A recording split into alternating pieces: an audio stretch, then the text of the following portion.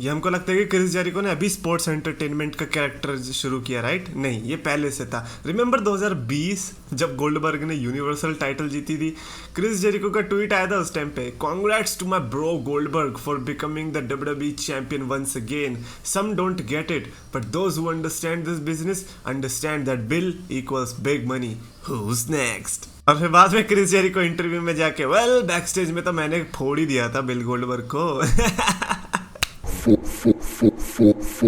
guys, so my champions of the world, मैं हूँ 3DX Chetan and WWE wants to know your location and WWE wants to know कि क्या आप लोग Sasha banks and Naomi के fan हैं?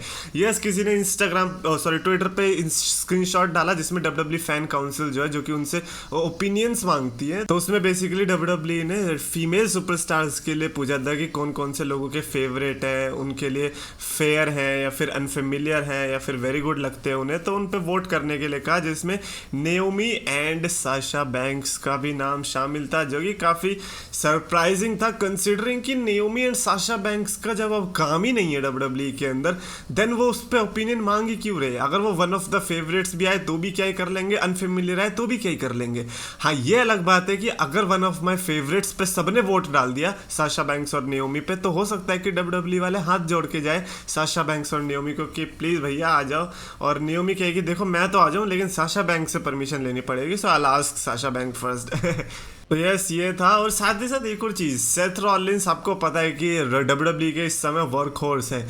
क्या आपको पता है कि 2022 आधा साल तो चला ही जा चुका है, तो उसमें सबसे ज़्यादा मैचेस करने वाला सुपरस्टार सेथ रॉलिंस ही थे, लेकिन अब उनको सरपास कर दिया है किसी और सुपरस्टार ने। इनफैक्ट लिस्ट में सेथ रॉलिंस नंबर 3 पर आ चुके हैं विद 72 मैचेस। यप, इस साल सेथ रॉलिंस ने 72 मैचेस कर लिए।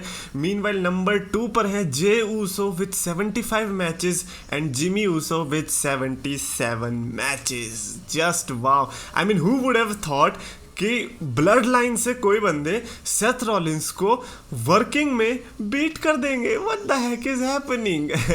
बट खैर, रोमन रेंस ने कहा कि देखो सेथ रॉलिंस को मैंने वैसे तो हरा ही दिया है, तुम लोग इस वे में हरा दो और दबा के मैचेस खेलो और सेथ रॉलिंस से ज़्यादा मैचेस ले लो। वेल देखो, सेथ रॉलिंस की भी गलती नहीं है, बिकॉज कोडी रोड्स जब से इंजर्ड हुए हैं सेथ रॉलिंस के पास लड़ने को ऐसा कुछ बचा नहीं है। अभी सेथ और कोडी होते ना, अभी तक तो 10-15 मैचेस और हो गए होते। जॉन सीना अपेरेंटली मैरिड हो चुके हैं, बिकॉज जॉन सीना ने ट्वीट डाला आई डू, और उधर आई डू तभी बोलते हैं जब मैरिज के लिए वो बोलते हैं कि are you ready for the marriage, are you ready for the marriage. तो वो जो ब्राइड होता है वो ब्राइड या ग्रूम जो भी होता है वो रिप्लाई करता है यस आई डू। तो जॉन सीना ने बस वही ट्वीट डाला और उस पर 33,000 के ऊपर लाइक्स ऑलरेडी हो चुके हैं। तो आई गेस कॉन्ग्रेट्स। बट ये जो अभी भी सोच रहा है कि निक्की बेला नहीं है, कोई और ही है वो। अच्छा, गोल्डबर्ग की बात चलाते हैं। चलो, गोल्डबर्ग ने रिसेंटली एक इंटरव्यू के दौरान पता है क्या बोला कि मैं अभी तक डब्ल्यूडब्ल्यूई से कॉन्ट्रैक्ट से बाहर नहीं हूँ, अभी भी उनकी जो डब्ल्यूडब्ल्यूई की डील है वो चल रही है। इनफैक्ट वो वेट कर रहे हैं एक कॉल का जो कि आएगा और फिर वो जाके लड़ सकेंगे। उन्होंने ये बताया कि मुझे पता है कि मेरे को रिटायर होना चाहिए, but I guess wrestling world में रिटायर कभी भी होता नहीं है कोई जब तक कि वो मर ना जाए। और साथ ही साथ उन्होंने ये भी बोला कि हो सकता है कि मेरे को कभी कॉल ना आए, हु नोस, बट हमेशा रेडी रहना पड़ेगा। यप, रेडी तो रहना पड़ेगा, 2 मूव्स मारने के लिए तो डेफिनेटली रेडी रहना पड़ेगा। बट ये काफ़ी सैड न्यूज़ की तरह भी आ सकती है काफ़ी लोगों के लिए जो कि गोल्डबर्ग के मैचेस पसंद नहीं करते हैं, which is 99% of the audience. तो उनको धक्का लग सकता है ये जानकर कि हो सकता है कि थ्योरी वर्सेस गोल्डबर्ग ना हो जाए आगे चल के कि भाई थ्योरी के पास दोनों चैंपियनशिप और गोल्डबर्ग आके हरा रहा है। अच्छा, मुझे लगता है कि इस पॉइंट पे आके तो शायद गोल्डबर्ग के लिए फैन बन जाएंगे कि भैया चलो हमारे थ्योरी को हरा दिया है ना।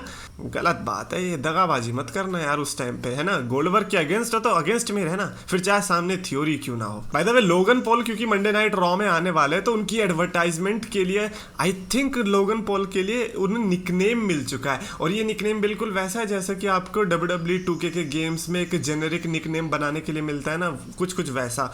और उनका निकनेम है द अल्टीमेट इन्फ्लुएंसर। मुझे नहीं पता था कि प्यूडीपाई भी आ रहा है, बट नहीं, द अल्टीमेट इन्फ्लुएंसर नाम तो मैं कहूँगा कि उतना आइकॉनिक ये नहीं है या फिर क्रिएटिव भी नहीं है। मैं तो ये कहूँगा उन्होंने सही में WWE 2K की लिस्ट से निकाला है ये नाम, otherwise that this don't make sense. मतलब सेंस बनाता है वैसे, बट इट्स जस्ट स्टूपिडिटी। भाई बेली की रिपोर्ट्स जो थी वो भी ट्रू है, क्योंकि बेली ने खुद ने कंफर्म कर दिया है कि चलो एक तो रिपोर्ट या फिर र्यूमर आई जो कि ट्रू निकला। हाउएवर वो WWE के रिटर्न के लिए नहीं था, वो ये था कि बेली जो है पैरामोरे के कॉन्सर्ट में होने वाली है इस साल। तो yes, that's the report, not the return. गलत बात है यार, ये बेली बहुत तड़पाती है। स्टेफनी मिकमैन, भाई साहब स्टेफनी मिकमैन ने क्या अनाउंसमेंट डाली, स्टेफनी मिकमैन ने ट्वीट डाला कि WWE के ऑफिशियल यूट्यूब पेज ने 70 बिलियन व्यूज क्रॉस कर दिए हैं। 7th ऐसा चैनल अब तक का हिस्ट्री में जो कि ये कर पाया। A huge thank you to our superstars, the WWE universe and the media team for creating and delivering premium content to our fans around the world and wait for it. मुझे तो ये समझ में नहीं आ रहा स्टेफनी मिकमैन इतनी humble क्यों हो रही है।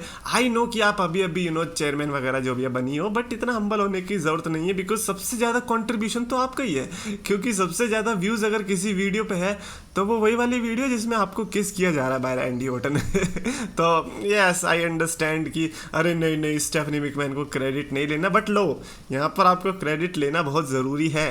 And finally let's talk about Brock Lesnar and Roman Reigns, because Vince Russo ने रिसेंटली ये बताया कि देखो Brock Lesnar and Roman Reigns दोनों ऐसे सुपरस्टार हैं जो कि 365 डेज अवेलेबल नहीं है, और रिसेंट में तो कुछ ज़्यादा ही एब्सेंट दिखाई दे रहे हैं। और अगर मैं वो बंदा होता जो कि मेरे को बोले कि कोई विंस मिकमैन के लिए ऐसा बंदा ढूंढो जो कि 365 डेज के लिए काम करेगा और उसको चैंपियन बनाना है, तो वो रोमन रेंस और ब्रॉक लेसनर में से, उन दोनों में से तो कोई भी नहीं होगा, क्योंकि दोनों वो काम नहीं कर पा रहे। And I think that's true to be honest, because अगर आप चैंपियन हो आप लड़ो मत। मैं ये नहीं कह रहा कि आपको आगे हर हफ्ते लड़ना ही है, आप देख सकते हो, बिकॉज आप पहले भी अगर आप देखोगे तो पहले भी ऐसा नहीं है कि मैचेस होते थे। फॉर एग्जांपल अगर ट्रिपल एच वर्ल्ड चैंपियन थे तो जरूरी नहीं कि हर रॉ में आके वो लड़ ही रहे थे, भाई प्रोमो कट कर रहे थे, बैक स्टेज में सेगमेंट था, ये सब थे, तो जरूरी नहीं था कि आपको लड़ना ही जरूरी था।